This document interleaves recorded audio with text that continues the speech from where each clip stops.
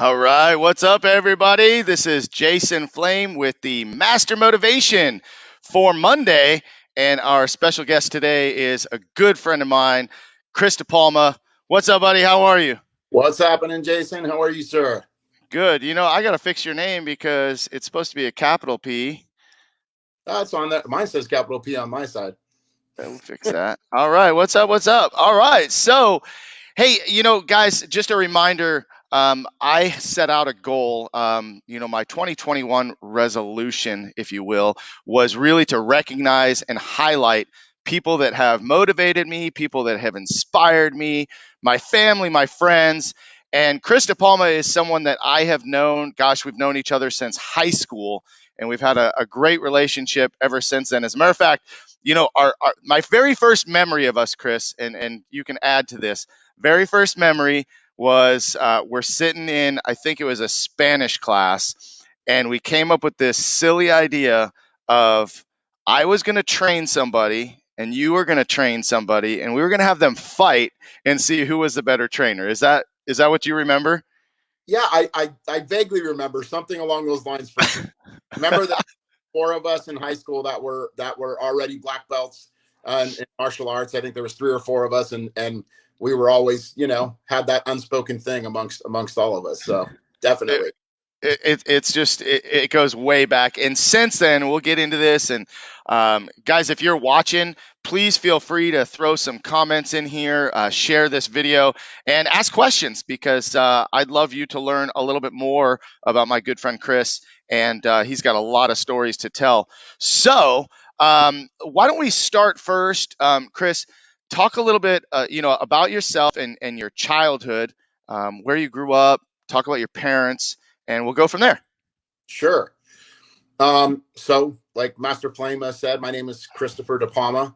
I grew up in Newbury Park, California, and it's a great place to be raised. It's a good area for family, and I was brought up in a very outgoing family. My mom's side of the family is Spanish, has been in California since the 1830s. They were actually one of three families that discovered Santa Monica. And my dad's side is Sicilian and Nobledon. So, grew up very Italian on that side. I'd say my Italian heritage definitely sticks out the most in my personality. Let's see. So, both of my parents went to Newbury Park High School. My wife went to Newbury Park High School. My son will be starting at Newbury Park High School next year, and he will be the 20th graduate between my wife's family and my family. Wow. Which will be pretty intense. So we're definitely a Panthers, Newbury Park Panthers family, which is where Master Flame and I actually met. My dad was already a first degree brown belt in Ketsugo JuJitsu when I was born. So I was born into a family that was already very combat orientated. My grandpa boxed in the military, World War II, won the silver glove in the welterweight division for boxing. And then my dad wrestled all throughout high school and started jiu-jitsu this summer right after he got out of high school. And was born into a family where we, practice martial arts on a regular basis, love to eat good food, being Italian and Spanish. And my mom's side was heavily rooted in music. So, both my grandma and my mom play guitar and sing, and so did my grandfather on that side. So a lot of different things in the mix. Oh yeah. Oh yeah. Hey, what's up to Kevin K. Swift, Kevin Kowalczyk out in Colorado? He just visited. I just saw him yesterday, and he'll be back in March. And my very first guest on the Master Motivation Show. My mom is watching. What's up, Mom? And we got Greg Abercrombie. Yeah. Thank you. Thank you. My dad's best friends. And it's so weird because we knew them. I mean, we have a lot of ties of friends together, but we knew them from the SYB family and playing baseball. Talk a little bit about, Newbury Park, right? We both grew up in Newbury Park. I moved out to here in Moore Park in '93, which is when you graduated, correct? I graduated in '93. Right. So, and I was 92. We had a lot of classes together. What are some of your favorite memories growing up in Newbury Park? I'd say that one of the coolest things for me growing up in Newbury Park is that my dad during high school was kind of almost like a, I don't want to use the word legend, but that's pretty pretty accurate as to how people saw my dad in high school. He was a football player and a wrestler, and he was actually all league both ways, defense and offense for Newbury Park as a football player. And then as a wrestler, he wrestled varsity all 4 years, and was just a tough guy. Everybody respected him, and everywhere I went in Newbury Park, between him and my mom, going to Newbury.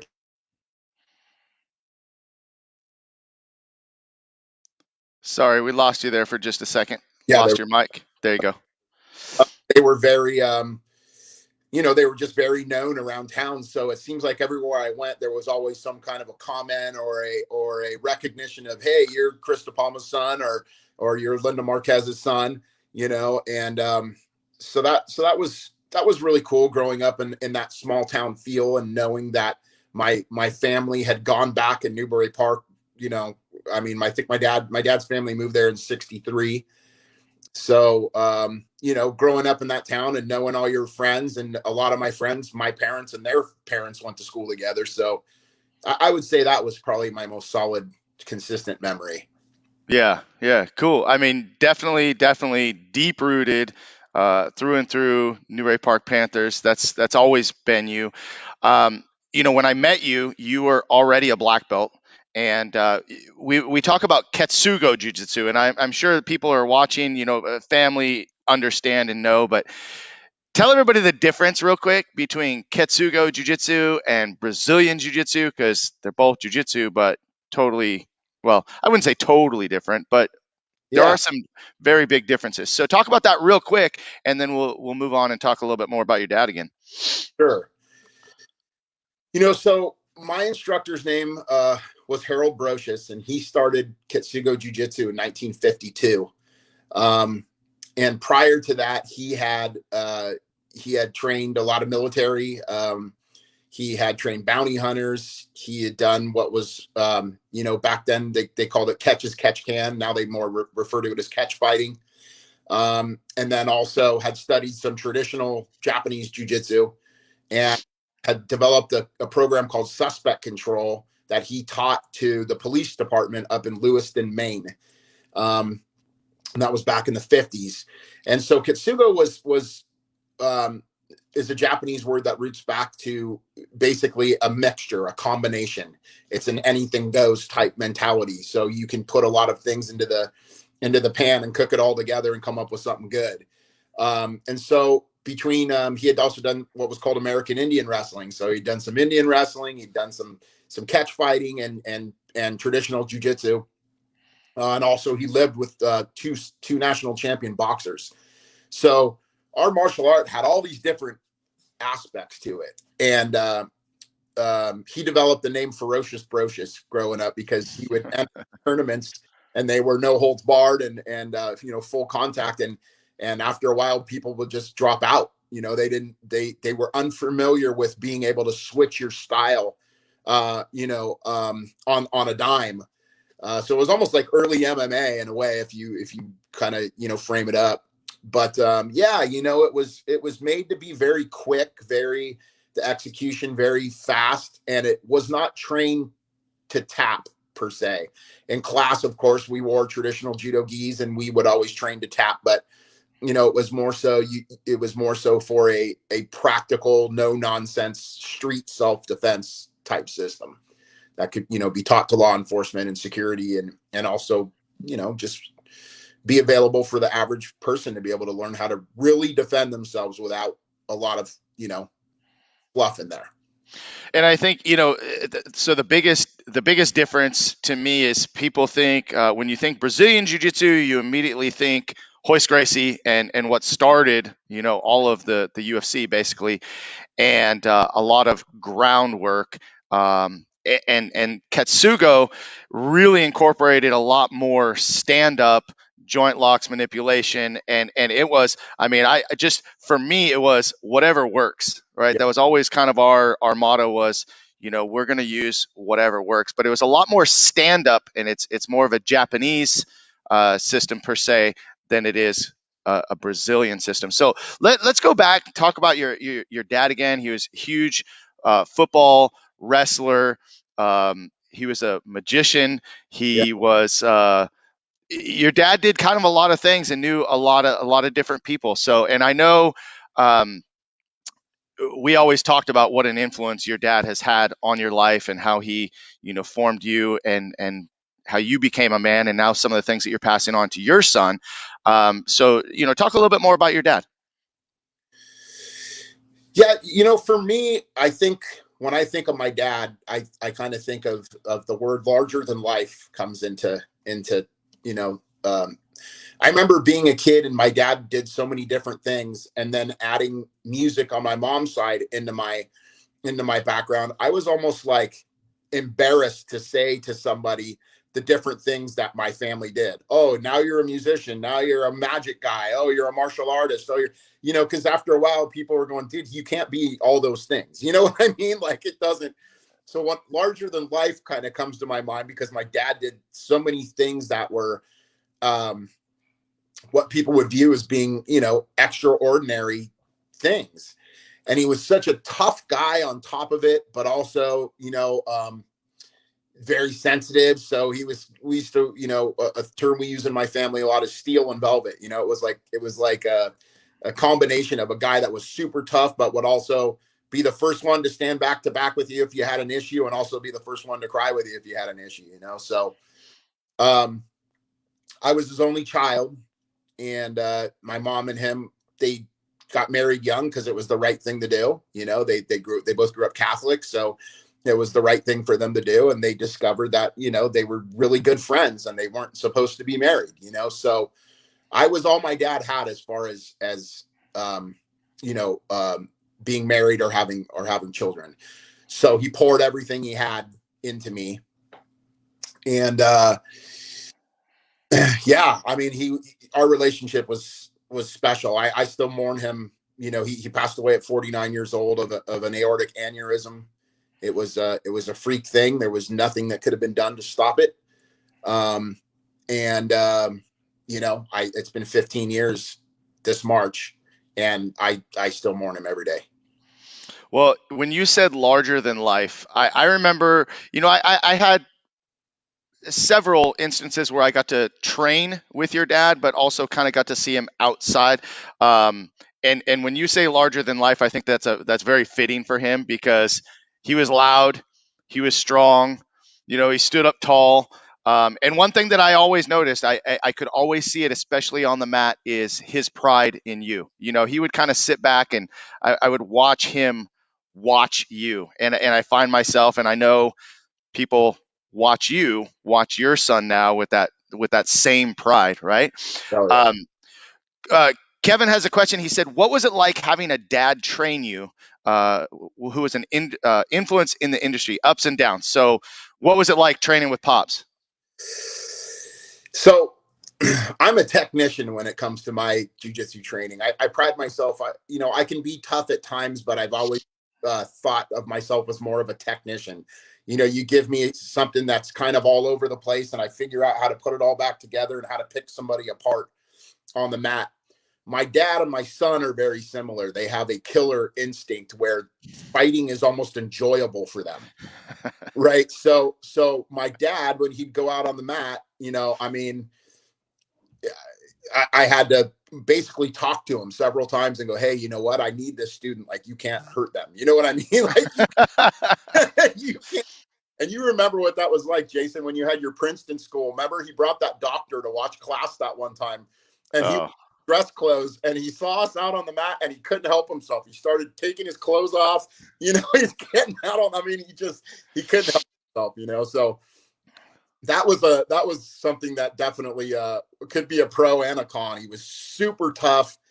He'd had these instances between he worked in the bars and restaurants for a lot of years in Canal Valley, the Velvet Turtle, the Hungry Hunter, Westlake Landing, Sergio's Cantina. Those are all places that he was there as a magical bartender, so to speak. But somebody would always pull me aside and go, "You should have seen your dad last night. He jumped over the bar and grabbed some guy by his hair and dragged him outside."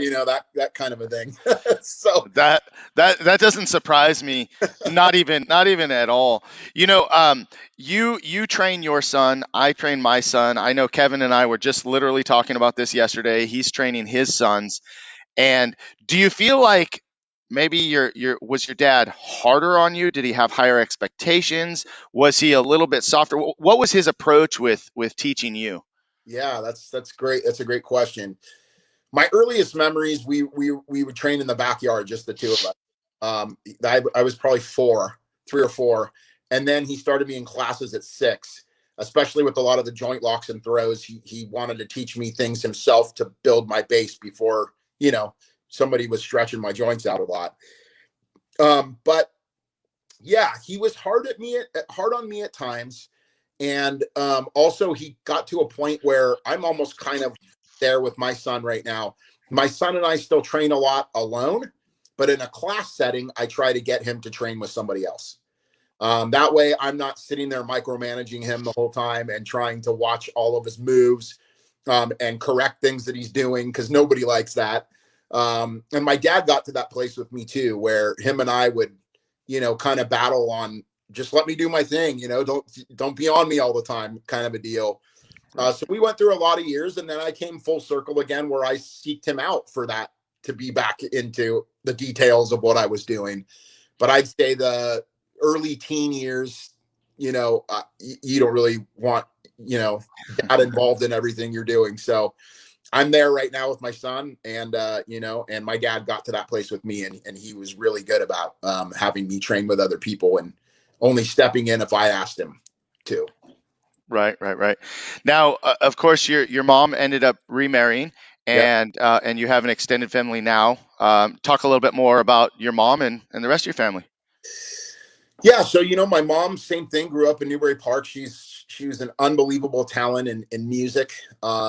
She was making records when she was really young. She was already singing in my Uncle Gary's band by the time she was 11. And they were, again, they moved from Santa Monica to Newbury Park in 1966. So, they were there way early as well. And her and my dad were really good friends, and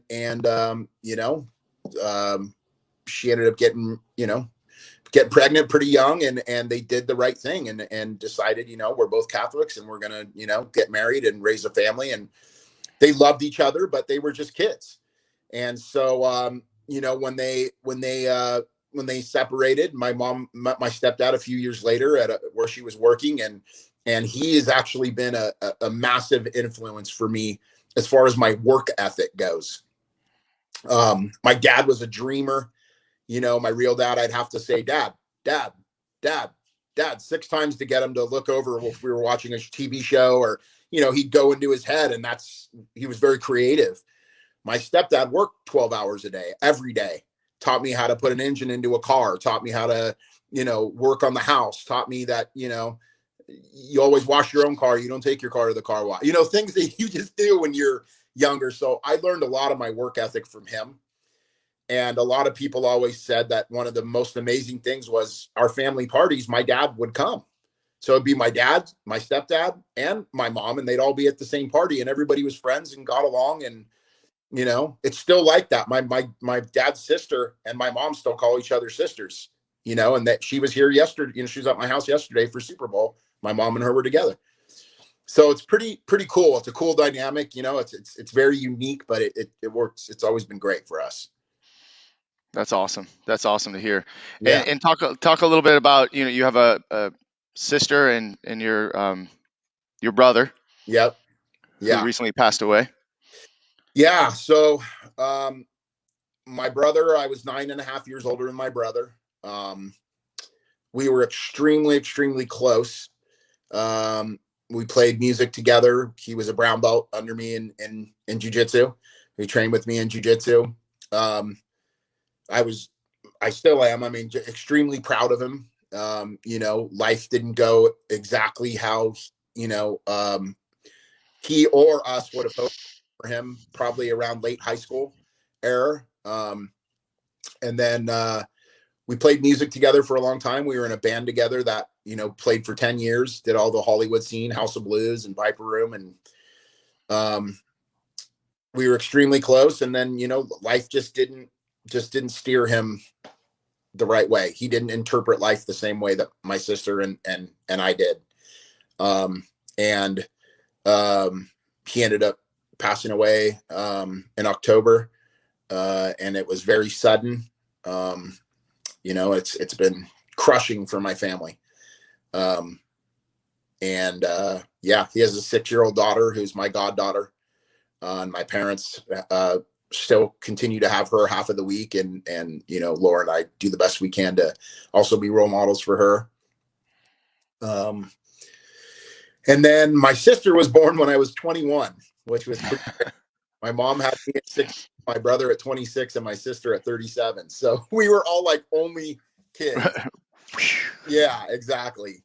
So my sister, raised by the same parents as my brother, so that's why I say his interpretation of life was different than mine or my sister, because they were literally raised in the same house, eating the same things, doing the same things.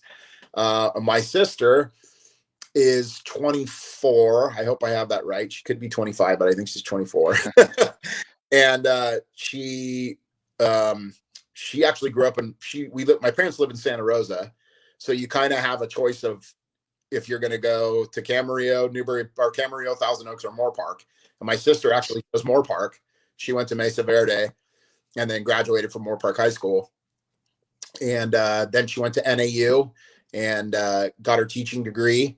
And she married a person, John Michael, who also grew up and went to school in Moore Park. And they now live in Seminole, Florida, and they own they're 24. They own their own house. They both have full-time jobs. She's a teacher in Florida, and they have a very successful life. And she's just, everybody that knows her loves her. Everybody, you know, she's very responsible, but also very fun. And she's, you know, she's my daughter's godmother. Her and my son are extremely close. So yeah, it's a crazy thing how life can lead you sometimes.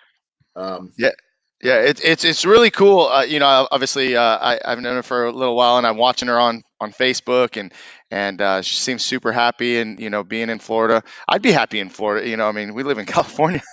How different is that? But you know, good for her, and I mean, that's awesome. So let's talk about this band, right? You brought it up. Let's talk about this band because Yeah. I watch you go through you know, being in the band early on, and you're starting to write again now. So talk a little bit about the early days in the band. So kind of interesting, right? Because again, on my mom's side, there was a huge musical background. And my grandma was played classic, you know, nylon string guitar. She led church groups, her and my grandpa together. My grandpa used to do barbershop, you know, singing, and they both just had incredible voices. And then my mom was something over the top special as far as singing goes. You know, she was getting hired at 19 to play at people's weddings and play at you know, restaurants and all these things. So it was natural for me. I think the big shock to everybody was that senior year in high school, I decided I wasn't going to play football, and everybody was stunned. Like, what are you thinking? Right? You don't not play football your senior year. But you know, I decided to go out for vocal ensemble in high school, which is the top 11 males and top 11 female singers in the school. And I made it on that squad and decided to do that instead of football because I knew where my passion was. You know, I knew I wasn't going to make it, you know, as a football player. I mean, I was okay at best. And I knew I had martial arts to fall back on so I could keep teaching privates and teaching people jujitsu, which is what I did. So I sang senior year and got into a different realm of singing where I felt more confident with my abilities. And then the February after I graduated high school, I started my first band. So I was not quite 19. And yeah, it felt very natural. It got me from not having to be responsible for a little while, which, you know, people go, oh, he's in a band. Well, he doesn't have to go to work. You know what I mean? So, you know, it was that kind of thing. I just wanted to train jujitsu at night and play music all day. So that's kind of where I was at 19. And you guys played. I mean, you guys played everywhere. You played Yeah. everywhere in Hollywood. You played everywhere, all over. What's one of the best memories about being in the band? Maybe a breakthrough moment or something where you just felt really good about it. So I would say when we first got some representation, right? So we were playing the Sunset Strip deal at the time where we were playing all those clubs on Sunset, Billboard Live and Viper Room and Whiskey, Roxy. And we found this attorney uh, who managed at the time Gilby Clarke from Guns N' Roses and Big Bad Voodoo Daddy. And we had sent him a copy of our music, and he called us and said he wanted to represent us. So I would say that was the first opportunity where we went, okay, so it's not just us that likes us. There's some people out there that are at our higher level that think that they can do something with what we're doing. So I would say that was kind of the first time where it moved from being a little garage band from Newbury Park to going, okay, we're playing these big rooms now and we've got representation, which is, hard to come by. So even that was probably our first hill, I would say, that we conquered. And what do you think was the best lesson? Because obviously, and we'll talk more about what you're doing now, but that didn't really continue on past 10 years. You didn't, go to a higher level. What were some of the lessons that you learned from being in that band? Well, it's kind of funny because the first thing that comes to my mind is that, my upbringing of taking care of your family decided to kick in as I was approaching 30. And as I was approaching that age, I realized, I do want to have a family. I do want to have children. And I'm not going to raise children in this environment. I'm not going to have my wife be in this environment. Um, so I actually made the decision at 30 that it was just time. Um, I think we played one final show when my son was a year, so I was 31. We played one show just to, um, but yeah. So I would say there was a great lesson to know that you're in charge of knowing when it's time to to hang it up and go, okay, it's time. I want other things out of life, and this doesn't fuel it. But yeah, I mean, sometimes it's just not in your court. We were coming up in a very strange time in music. Even though I was friends with Incubus, Hoobastank, two different bands that made it big. Incubus is huge, as everyone knows. Hoobastank got a big hit, and we were all friends and played music together. But by the time it was our chance, pods were coming out. Nobody was buying CDs anymore. It was hard to get industry to want to sign you as a band unless you already had sold 50,000 units on your own. And, that was more work than musicians were used to doing at that time. And I think that same thing applied to me. I just didn't have the resources, or as a band, we all still kind of had jobs or worked. Probably me less than everybody else, but I mean, we had an accountant in the band that worked for Deloitte and Touche. I mean, he wasn't about to go out and just go, let's see if we can sell 50,000 units on the road, and who knows if we're going to make money. So, Hmm. I would say the biggest lesson being, you can be committed to it and be excited about it, and you got to know when it's time to hang them up and take a look at what you got to do to move forward, and that is, Right. of course, so. And then from there, and actually, I think even during that period, you've been involved in martial arts your entire life. Um, you opened a school, you closed a school, you opened another school, and it's still going. And then of course you got into the restaurant. I'll hold off on that for just a second, but talk about being a martial arts instructor and being a martial arts school owner. What are some things that you've learned from those experiences? So I love to teach. I love to teach jujitsu. I love to teach martial arts. I love the details. I love the art side of it as much as I love the fighting side of it.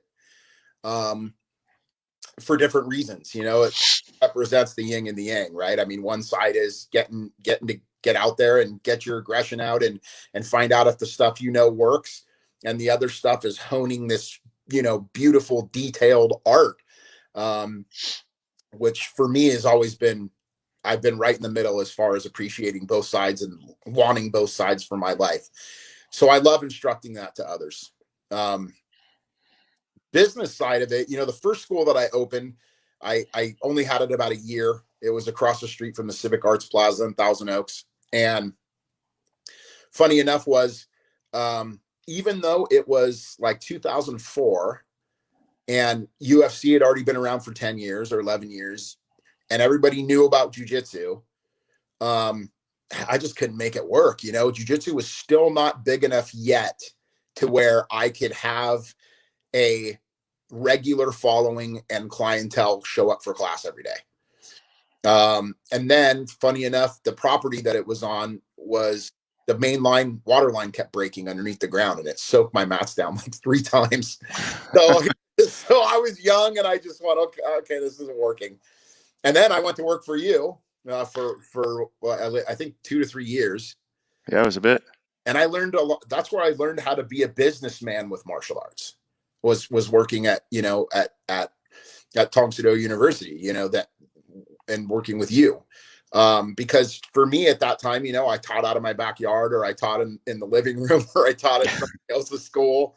Or I would run a class, before I worked with, at your school, I ran a class at your school 2 days a week, and had some good classes back then as well. So yeah, I learned how to be a businessman with what I knew. And so that's, pretty much when I decided I was going to open a school again and bring the knowledge that I had learned working with you and watching how you ran your business. That was the difference between just loving doing it and teaching and realizing, okay, I can make a living doing this. So I would say that was, And over time, Ketsugo JuJitsu started flowing into you creating essentially your own system and calling it DePalma JuJitsu. yeah. And that transition, I can remember that transition had started even while you were teaching for me, and I was, you were teaching classes at our school even before that, because I think we started training pretty early on. Mm-hmm. And I forget, I wish I could remember all the dates, but, I remember when I earned my black belt in Ketsugo that things were already, I started to feel a little bit of a shift, a little bit of, you had done some, some outside training and started bringing some more stuff in. That's really when you started bringing a lot more of the ground game, Yeah. and evolved into DePalma JuJitsu. So talk about that transition a little bit and how that, how did that form in your head? What was the motivation behind that? So a lot of different things, you said earlier, you spoke about Hoist Gracie a little bit, and I actually trained with Hoist for a while. He used to teach private lessons off of a little karate school on Pier Avenue in Manhattan Beach. So I'd already gone down to Torrance and trained at the big Gracie school a couple of times. And I brought a couple of my students with me, and we'd done that a little bit. And then I ran into Hoist in '99 in the Bahamas. Funny enough, we were at Atlantis in the Bahamas, and I ran into Hoist there, and we ended up hanging out and talking for a while and talked about training together when I got back. Then when I got back, I started going down to Pier Avenue and doing training with him. And we did, I did that on and off, probably 6 months to 6 months to a year, somewhere in that pocket. And the ground game was already something that I worked on with my dad a lot, being a wrestler. And when Brocious and myself and my dad would get together and do Ketsugo, we'd work on the catch, on the catch wrestling a lot, which has a lot of similarities to BJJ.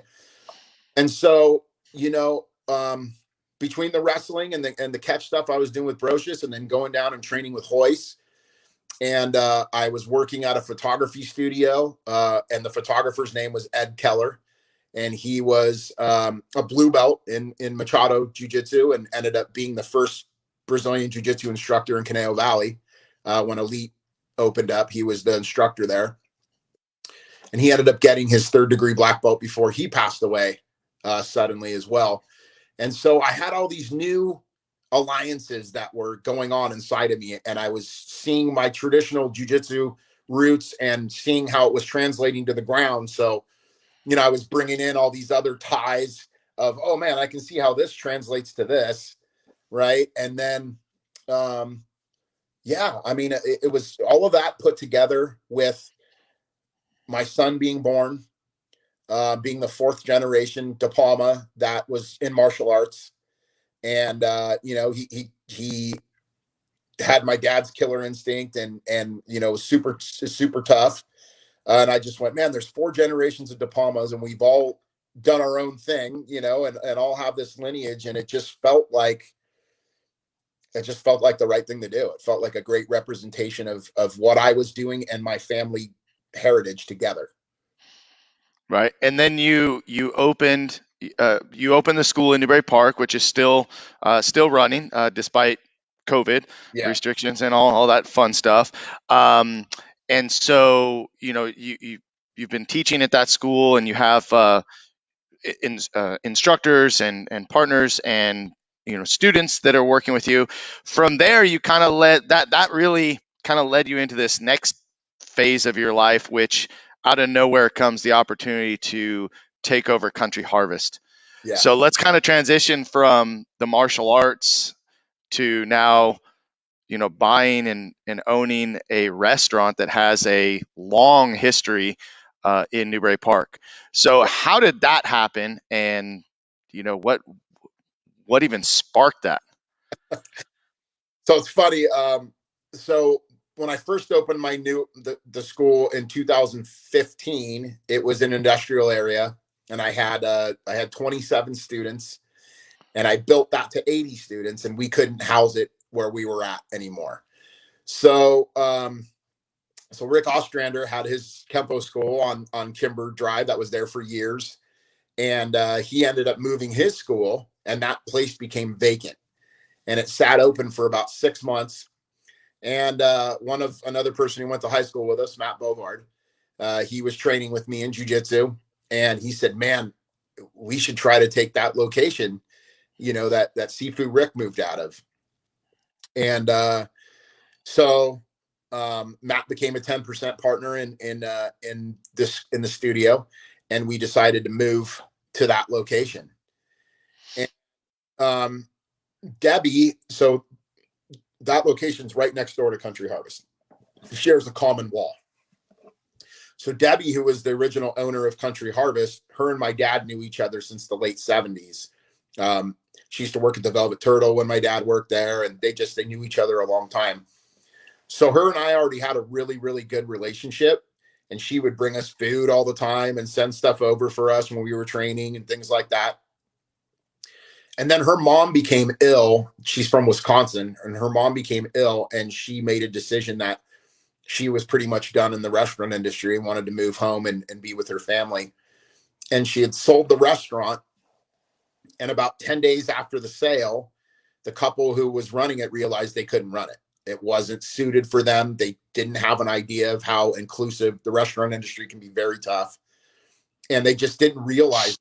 And they decided they were going to pull out.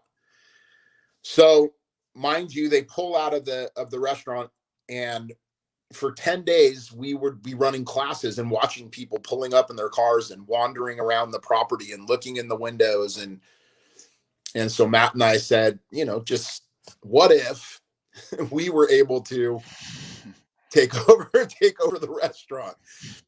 And funny enough is this is a crazy tie that you probably don't even know, but we call this guy Johnny that worked next door. We called him the consigliere, right? Because he was an old Italian guy that worked next door. And funny enough, my dad's first job at 15 was working for him at Johnny's Golf, which was the gas station in Newbury Park where the 76 is, right by the. So my dad's first job at 15 was working there. And another guy that worked there, name was Sean Cox, and he was into jujitsu, and that's how my dad got involved in jujitsu. So this whole weird deal. So so we started. I called Johnny over and I said, "Hey, what's going on? What's happening with the restaurant?" And he gave me the rundown. And so Matt and I said, hey, have the staff come over to the studio tomorrow at this time. I want to talk to them. So they all came over, and we said, if we decided to open the restaurant back up, would you guys go to work for us? And they said, yeah. And so, yeah, it happened so quickly. Within 10 days from there, we owned the restaurant. I mean, it took, there's a lot of ins and outs that we could go over. That happened very quickly. And the staff is amazing. There was one person in particular, Manuel, who has been been at that location since it opened. And if he wouldn't have came, we probably wouldn't have done it. And he's our general manager at the restaurant today. And he kills it.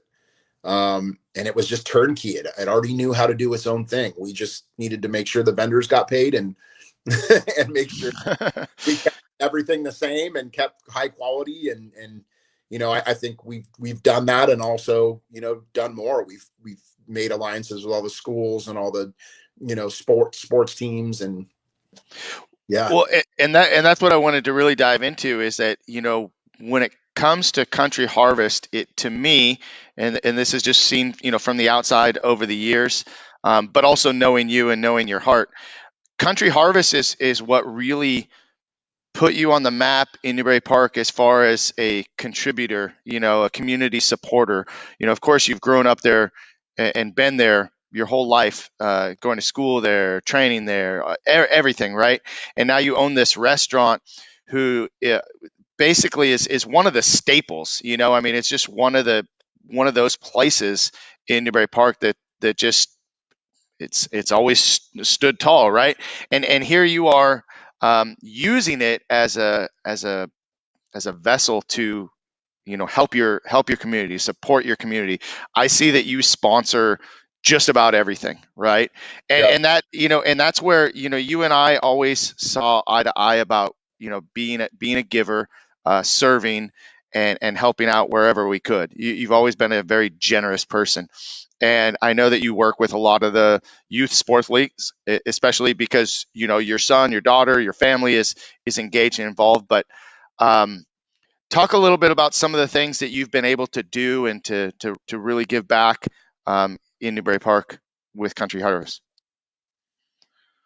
Yeah, I think it's a split. Believe it or not, I think it's a split between our senior community and our youth community.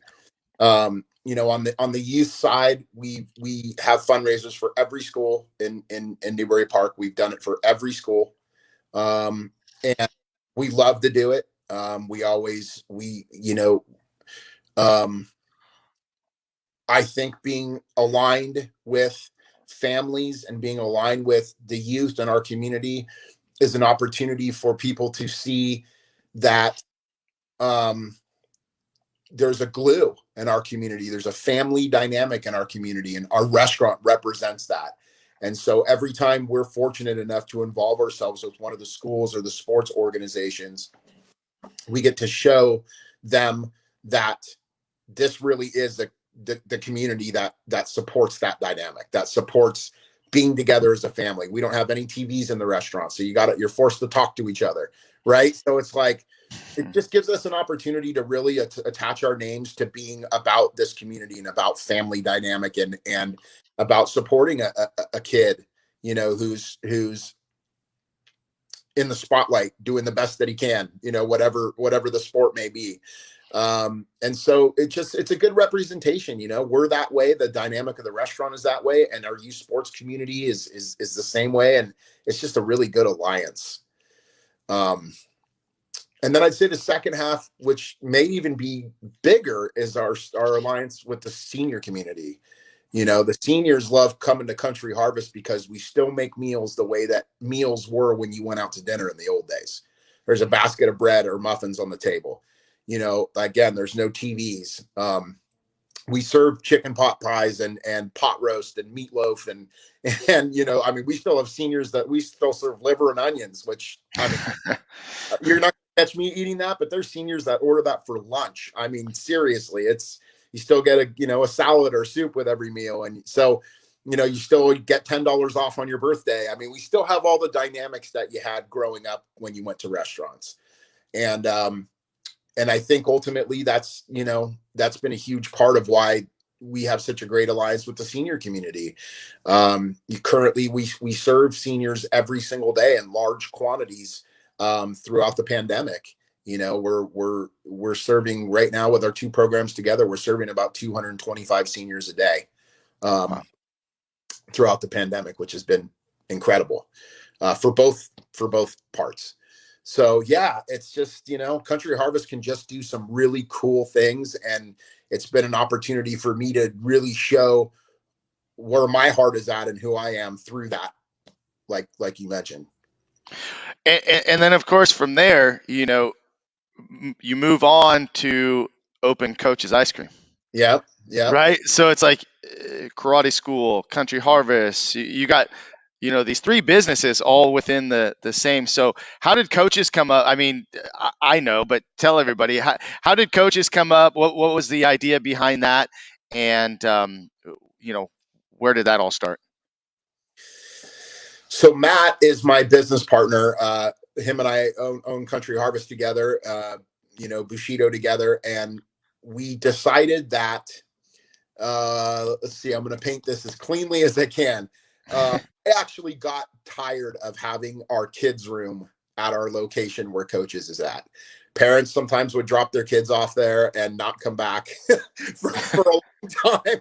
And we're teaching, classes. I'm teaching jujitsu, and there's toys being thrown and stuff all over the place. And my wife got to the point where she's like, "This is a daycare," and so a lot of different dynamics. We decided we were going to move Bushido down the strip mall about 5 doors to a smaller location that did not have a kids room, but did have a nice office for me to be able to run all of our operations out of, and also had a room to store our items for the restaurant in.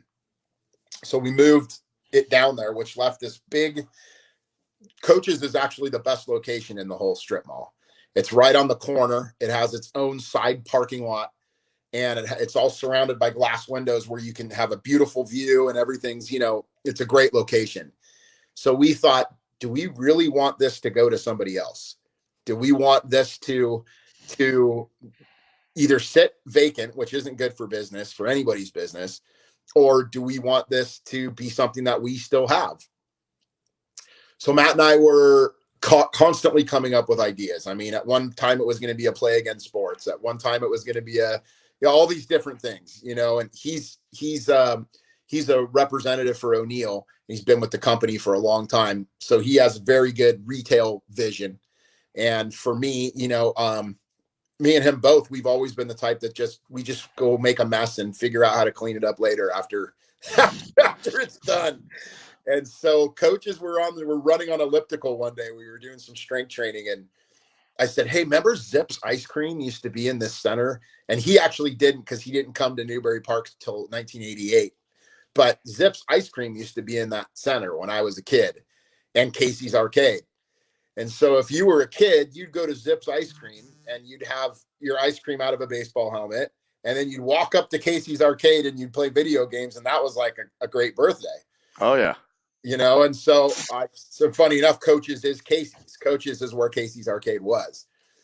And so I said, well, what about opening an ice cream place, but not like Baskin Robbins, but like super premium ice cream, high end, but a great, image built after our community, have all different sports quotes on the walls and pictures of local coaches, and, and then Matt actually said, yeah, we can call it Coaches.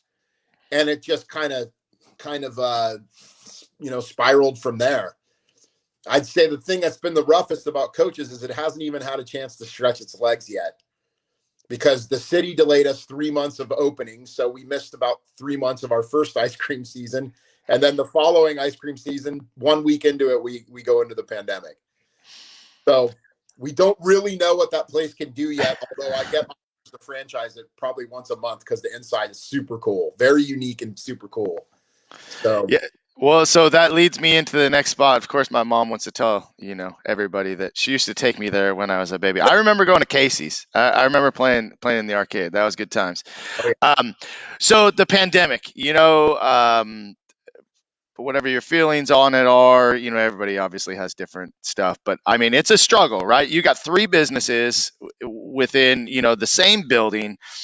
How has the pandemic, changed your business? What are you doing to stay motivated? Because a lot of people have already given up, unfortunately. But you're still going. What keeps you going? I mean, how has it affected you, and what keeps you going?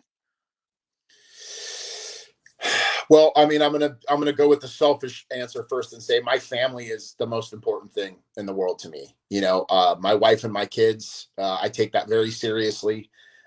They've never known what it's like to not be taken care of, and my wife is always right with me. She actually is, she does a lot of the work, behind the scenes, and she basically runs coaches. Um, so I would say that was my first thing that keeps me going, where immediately it was like, it's not even an option to think about closing down. I just got to figure out what we're going to do.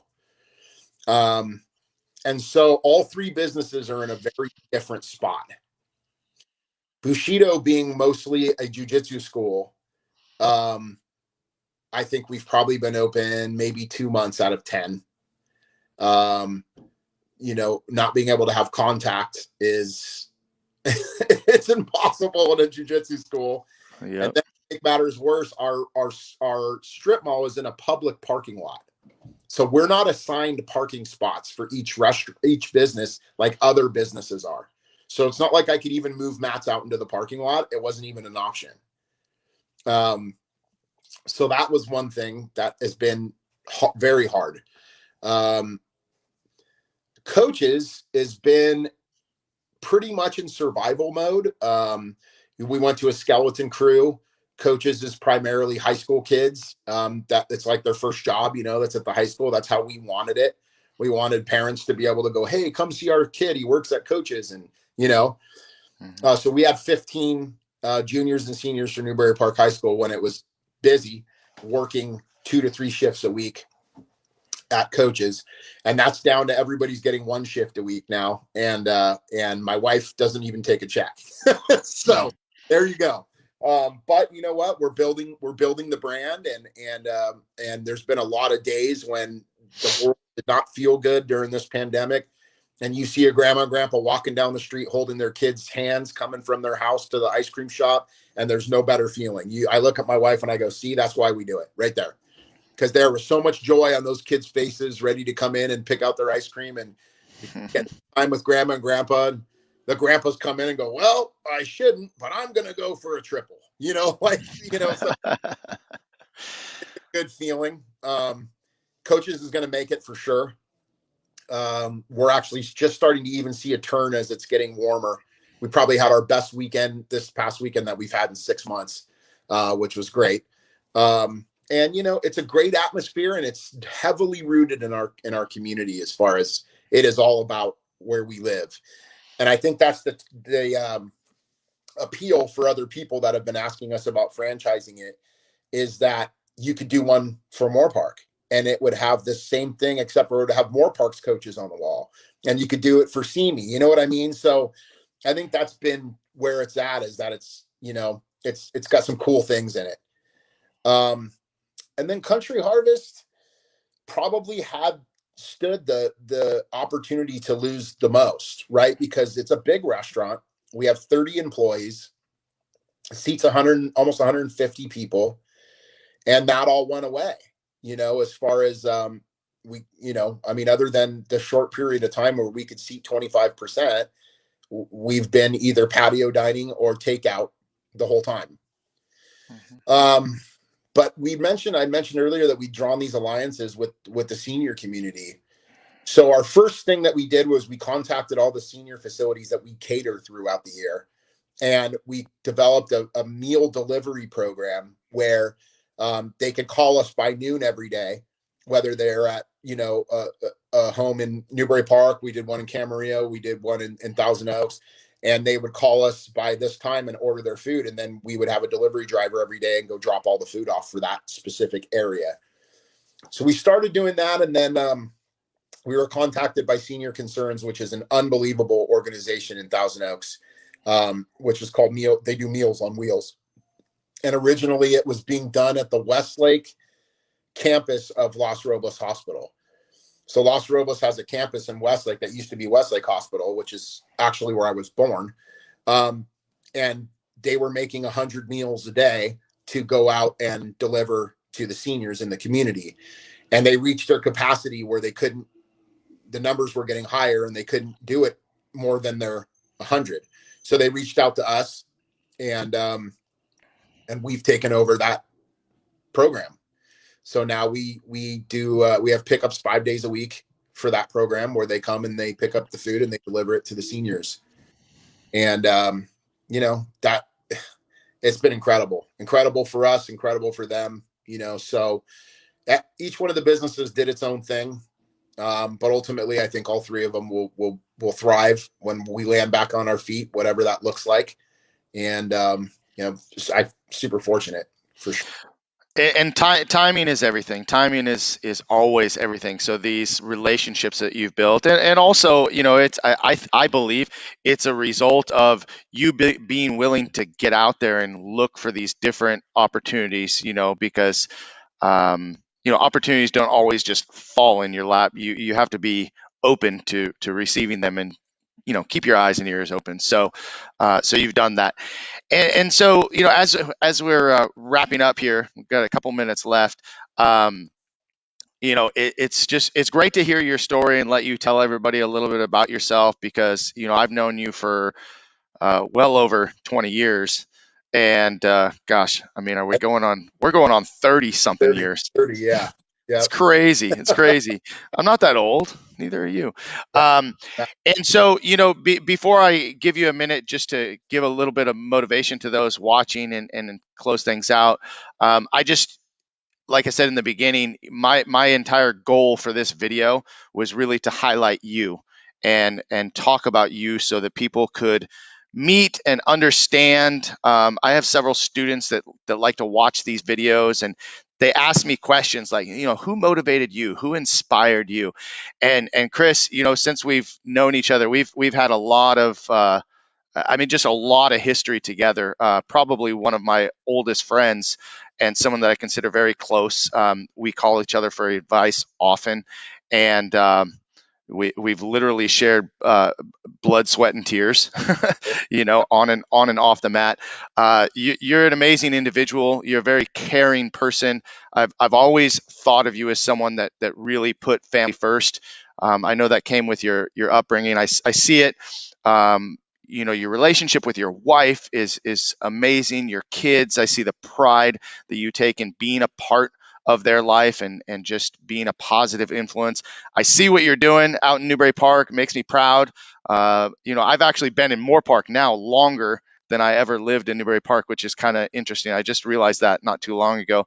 But I grew up there too, and it makes me proud to know that there's people like you in our hometown that are really doing great things. I mean, and I just don't think that all of your stories give you enough credit, but I certainly do appreciate you. Love you like a brother, man. You've just been an awesome motivator in my life. Thank you for everything you taught me in Ketsugo. I appreciate my black belt in Ketsugo like I do, all of my other achievements. It ranks way up there for me. And yeah, man, I just wanted to let you know how much I appreciate you. Oh man, that means a ton to me, and it's definitely the same feeling here. I think the things that you recognize in me are traits that you have as well. I know what you are to the community that you live in.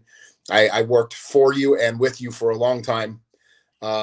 Your relationship with Jackie is unreal, and we love Jackie and Mason and Madison. I've watched them grow up. I always tell you that story of Madison crawling out of the mat in the middle of my class in her knee, but she could walk. you know. So I mean, I feel the same way, man. I'm very honored to have been able to be on your show, and to continue our friendship, and it's you're an amazing representation of what a human being can accomplish. It's a huge thing. Well, thank you. I really do appreciate it. One of these times we'll have to catch everybody up on the fact that we have the WWF WWF lineage as well to talk about. Oh man, well Yeah. that's like a whole other show. Well, hey, do me a favor, and I want you to spend a minute because I know you've done some life coaching as well, with several people that are close to us. What would you tell people that are struggling to get to that place where they're really living their passion? What would you tell them to motivate them? What would you do to inspire them to keep moving forward? Yeah, that's a big one. I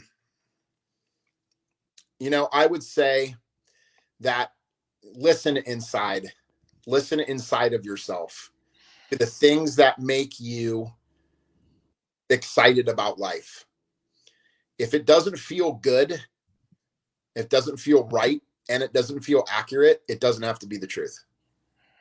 It's only the truth if you decide that those things that don't feel good inside, don't feel right inside, and don't feel accurate inside, it's only the truth if you decide to pursue those things. If it feels good and it feels right and it's something that you go, man, I wish I had this, or I have this and I don't want to lose it, or I wanted to go after this, but I'm too afraid to go after this. I think if you are relaxed and you decide that the things that are standing in your way are not going to outweigh the things that you want, then I think you can go out and get it. And I think you can make it happen. I've been at that crossroad more times than I could count. I've had my wife tell me many times, "Are you sure?" And I just have this feeling, where I just let that mind noise be background noise, just like on the mat when someone has you in a lock. If you tense up, your arm's going to break. If you just relax and let the lock be background noise, you'll figure out a way to slip out.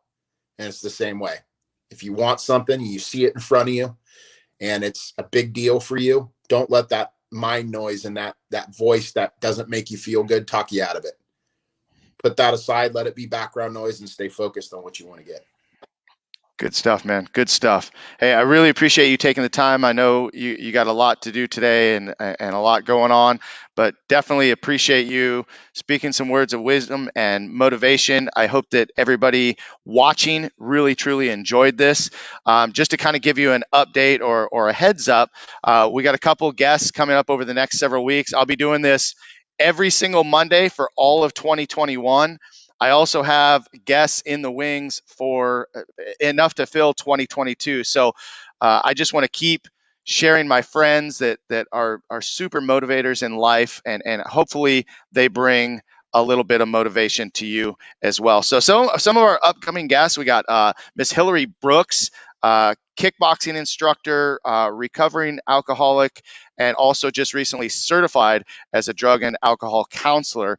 She's going to speak to us next week. We got Mr. Robbie Beard, who one of my biggest mentors in the martial arts industry. And then coming up after that, we got David Chacon and Daniel Groff.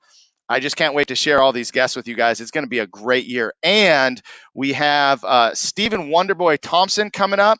We got Ernie Reyes Jr. coming up, and we got the from Mortal Kombat Scorpion, and from Batman did the stunts Chris Casamassa.